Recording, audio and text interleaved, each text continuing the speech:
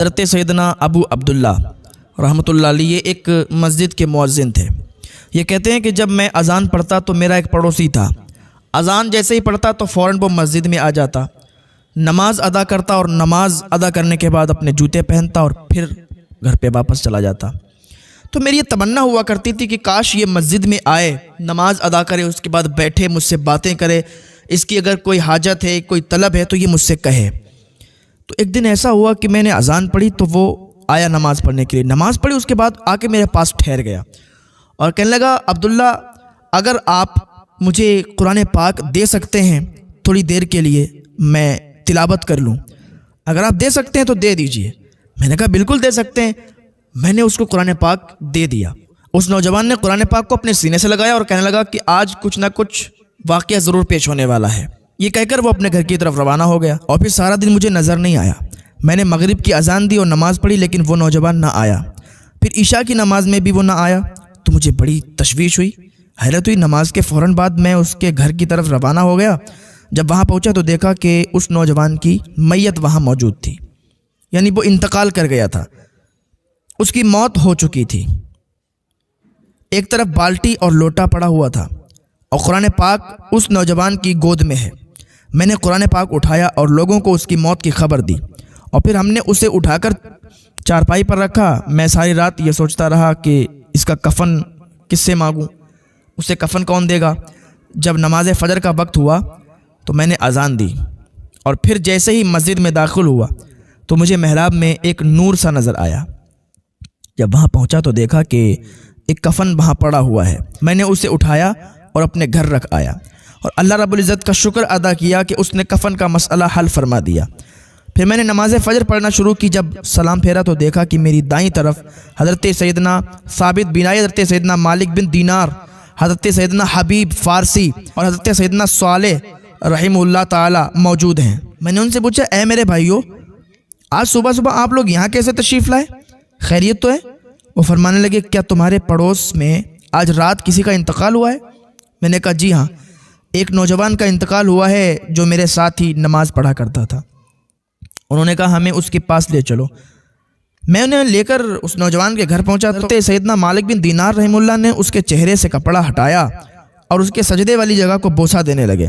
پھر فرمایا، میرے ماں باپ تجھ پر قربان، جہاں بھی تیرا حال لوگوں پر ظاہر ہوا تو نے اس جگہ کو چھوڑ دیا اور ایسی جگہ سکونت اختیار کر لی جہاں کوئی تجھے جاننے والا نہ تھا۔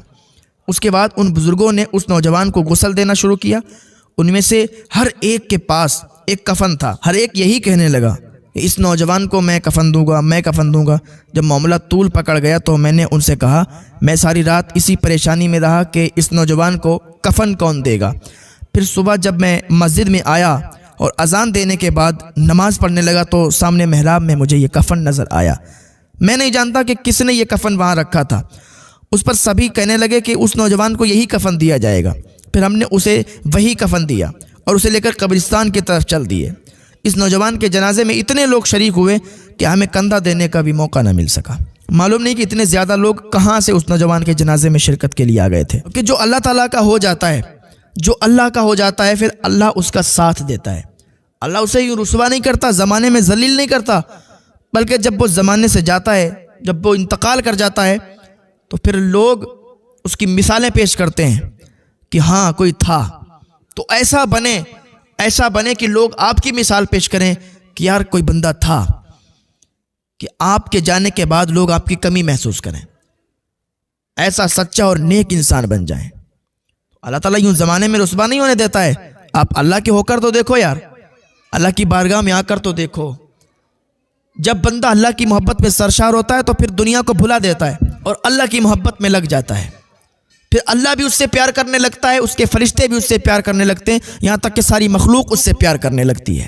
آپ آئیں تو صحیح اللہ کی بارگاہ میں، اللہ تعالیٰ کی بارگاہ میں دعا ہے اللہ میں نیک عمل کرنے کی توفیق عطا فرمائے۔ کہ رمضان شریف کا مہینہ چل رہا ہے، رمضان شریف کے مہینے میں جو بندہ زنا کرتا ہے اس کی دعا قبول نہیں ہوتی، یہاں تک کہ آئندہ رمضان آ جائے اور اس رمضان سے لے کر دوسرے رمضان کے بیچ میں اگر وہ مر جاتا ہے تو سیدھا جہنم میں جائے گا۔ یار یہ جسم ہمارے اس قابل نہیں ہے کہ عذاب برداشت کر لیں۔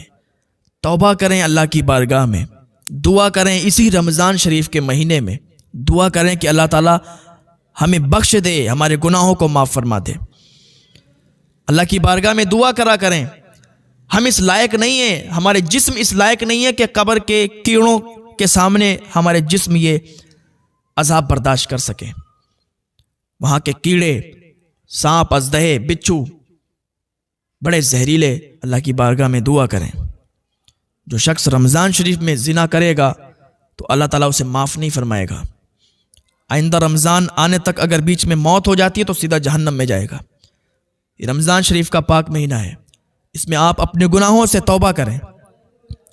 پھر 27ویں رات جو شب قدر کی رات ہے، اس رات میں آپ عبادت کریں اور اللہ کی بارگاہ میں دعا کریں۔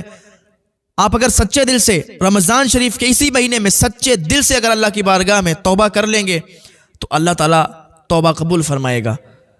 اللہ تعالیٰ فرماتا ہے میرے بندے آ تو صحیح، میں تیری توبہ قبول فرمانے والا ہوں۔ تو سچے دل سے توبہ کرے گا تو میں تیری توبہ قبول فرماؤں گا۔ تو یہ مہینہ ہمیں پاک مہینہ ملا ہے، یہ ہمارے ہاتھوں سے چلا نہ جائے، ہمارے درمیان سے گزر نہ جائے، اس سے پہلے ہی ہم اللہ کی بارگاہ میں آ جائیں اور توبہ و استغفار کر لیں۔ کچھ لوگ تو ایسے ہوتے ہیں کہ انہیں رمضان شریف کے مہینے میں بھی عبادت کی توفیق نہیں ہوتی ہے، رمضان شریف کے مہینے میں بھی عبادت نہیں کرتے ہیں، فالتو کی خرافاتیں کرتے رہتے ہیں، فالتو کی باتیں کرتے رہتے ہیں، لیکن رمضان شریف کا مہینہ نصیب ہوتا ہے اور پھر بھی عبادت نہیں کر پاتے، اپنے اللہ کو راضی نہیں کر پاتے۔ اللہ تعالیٰ میں ہدایت کی توفیق عطا فرمائے۔ حضرت سیدنا بشیر بن حارث علیہ رحمہ فرماتے کہ مرتبہ میں ملک شام روانہ ہوا اور راستے میں میری ملاقات ایک عجیب و غریب شخص سے ہوئی۔ اس کے جسم پر ایک پھٹا پرانا کپڑا تھا جس میں جگہ جگہ گرہیں لگی ہوئی تھیں۔ وہ بڑا حیران اور پریشان ایک جگہ بیٹھا ہوا تھا، تو گویا کہ وہ کسی خوفناک چیز سے وحشت زدہ ہے۔ میں اس کے قریب گیا اور کہا اے بھائی، اللہ عز و جل آپ پر رحم فرمائے، آپ کہاں سے آئے ہیں؟ کہنے لگا اسی کے پاس سے آیا ہوں۔ میں نے پوچھا کہاں کا ارادہ ہے؟ کہنے لگا اسی کی طرف۔ میں نے کہا اللہ عز و جل آپ پر رحم کرے، نجات کس چیز میں ہے؟ کہنے لگا تقویٰ اور پرہیزگاری اور اس ذات کے بارے میں غور و فکر کرنے میں جس کے تم طالب ہو۔ میں نے کہا مجھے کچھ نصیحت فرمائیے۔ وہ شخص کہنے لگا کہ میں تمہیں اس قابل نہیں سمجھتا کہ تم نصیحت قبول کرو گے۔ میں نے کہا انشاءاللہ میں نصیحت قبول کروں گا۔ یہ سن کر اس نے کہا لوگوں سے ہمیشہ دور بھاگنا، کبھی بھی ان کی قربت اختیار نہ کرنا، دنیا سے ہمیشہ بے رغبت رہنا، ورنہ یہ تجھے ہلاکتوں کے منہ میں ڈال دے گی۔ جس نے دنیا کی حقیقت کو جان لیا وہ کبھی بھی اس کی طرف مطمئن نہیں ہوگا۔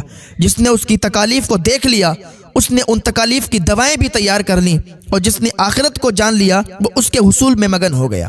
جو شخص بھی آخرت کی نعمتوں میں غور و فکر کرتا ہے وہ ضرور ان کو طلب کرتا ہے، اور مشکل ترین نیک اعمال اس کے لیے آسان ہو جاتے ہیں۔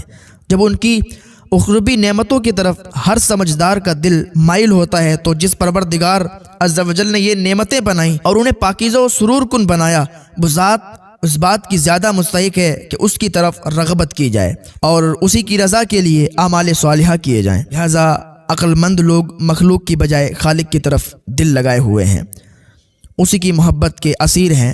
وہ پروردگار انہیں اپنی محبت کے جام پلاتا ہے اور یہ لوگ اپنی زندگی میں ہر وقت اس کی محبت کے پیاسے ہیں۔ پھر وہ مجھ سے پوچھنے لگا کیا تم ان باتوں کو سمجھ چکے ہو؟ میں نے بیان کی۔ میں نے کہا اللہ عز و جل آپ پر رحم فرمائے، جو کچھ آپ نے بیان کیا ہے میں وہ تمام باتیں سمجھ چکا ہوں۔ کہنے لگا اللہ کا شکر ہے کہ اس نے تمہیں یہ باتیں سمجھا دیں۔ یہ کہتے وقت اس کے چہرے پر ایک خوشی کی لہر دوڑ گئی۔